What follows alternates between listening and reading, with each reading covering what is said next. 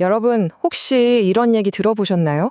마치 영화 속 스파이처럼 유령 회사를 세우고 완전히 다른 사람인 척 접근해서 결국엔 돈과 기밀 정보를 모두 빼내가는 그런 해커들 이야기요. 이게 그냥 영화가 아닙니다. 오늘은 북한과 연계된 한 해킹 그룹이 실제로 얼마나 정교하게 이런 공격을 설계하고 실행하는지 그 작전의 처음부터 끝까지를 낱낱이 파헤쳐 보겠습니다. 그리고 본격적으로 시작하기 전에 한 가지 분명히 할 점이 있습니다. 오늘 제가 설명해드리는 모든 내용은요, 사이버 보안 위협 정보를 분석하는 세계적인 표준이죠. 바로 마이터 어택, 즉, 미트레 어테크에 공개된 데이터를 기반으로 하고 있습니다. 그러니까 신뢰할 수 있는 정보를 바탕으로 한 객관적인 분석이라는 점 꼭 기억해 주세요. 그래서 오늘은요, 총 6단계로 이들의 작전을 따라가 볼 겁니다. 먼저 문스톤 슬릿이라는 이 그룹이 대체 누구인지 알아볼 거고요.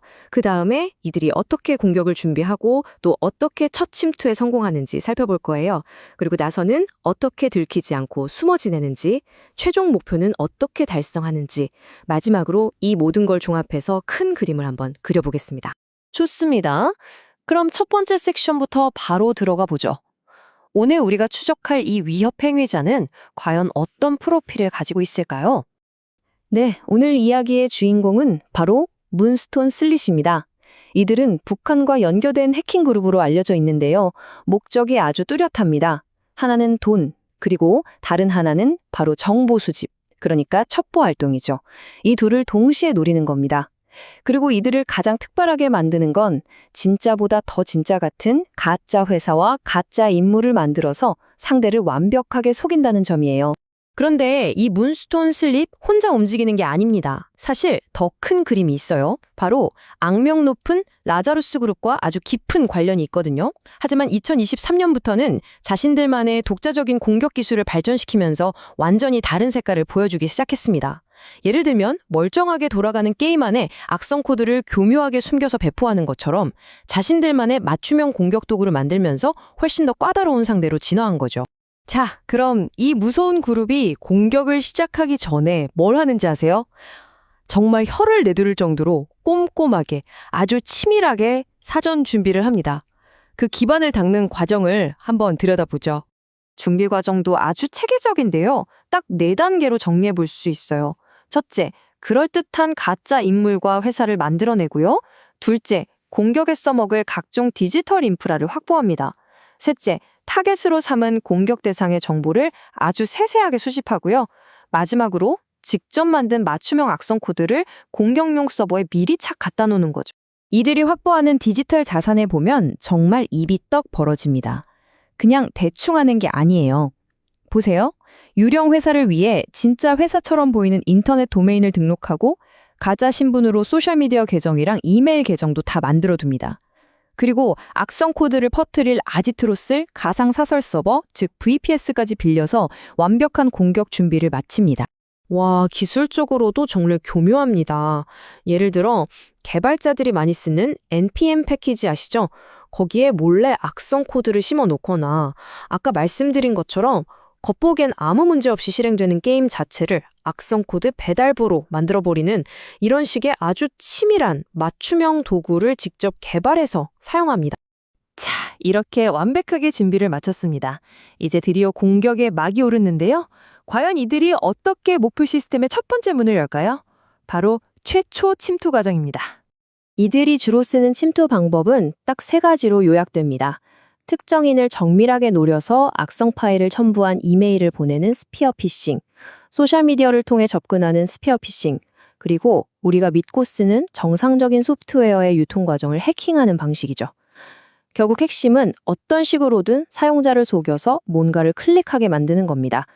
특히 정말 무서운 게 바로 이 소프트웨어 공급망 공격인데요. 대표적인 예가 바로 푸티라는 프로그램입니다. 많은 개발자들이 원격 서버에 접속할 때 쓰는 아주 유명하고 신뢰받는 도구거든요. 바로 이 프로그램에 악성 코드를 심어서 배포하는 겁니다. 사용자는 당연히 믿고 다운로드 받지만 그 순간 자신도 모르게 해커에게 시스템의 문을 활짝 열어주게 되는 거죠. 자, 일단 시스템 안에 들어왔습니다. 그럼 이제부터가 진짜 시작이죠. 이들의 최우선 목표는 뭘까요? 바로 들키지 않고 계속 살아남는 것입니다. 어떻게 보안 시스템의 눈을 피하고 끈질기게 버티는지 한번 보시죠.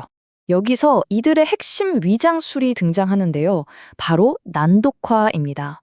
들어보셨을 수도 있는데 10대 말에 파일이나 실행 코드의 내용을 막 암호화하고 복잡하게 꼬아서 백신 같은 보안 프로그램이 딱 보고 이게 뭐지? 하고 헷갈리게 만드는 기술이에요.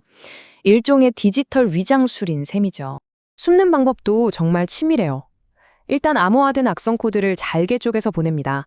그리고 감염된 컴퓨터 안에서 이 조각들을 마치 레고 블록처럼 다시 조립해서 새로운 실행 파일로 만들어내는 거죠. 그리고는 윈도우가 시작될 때마다 자기들 코드가 자동으로 실행되게 만들고 또 특정 시간에 알아서 실행되도록 작업 스케줄러 같은 윈도우 기본 기능을 교묘하게 악용해서 절대 들키지 않고 계속 활동을 이어갑니다. 자, 이제 거의 다 왔습니다. 공격의 클라이맥스죠. 숨어서 활동 기반까지 다 마련한 문스톤 슬릿이 어떻게 최종 목표를 달성하는지 그 과정을 한번 따라가 보겠습니다. 일단 자리를 잡고 나면 유이로더라고 불리는 첩보원 같은 악성 코드를 풀어놓습니다. 이 녀석이 시스템 구석구석을 돌아다니면서 어떤 사용자가 있는지, 네트워크는 어떻게 구성되어 있는지, 심지어 웹브라우저에는 어떤 기록이 남아있는지까지 샅샅이 정보를 긁어 모으는 거죠.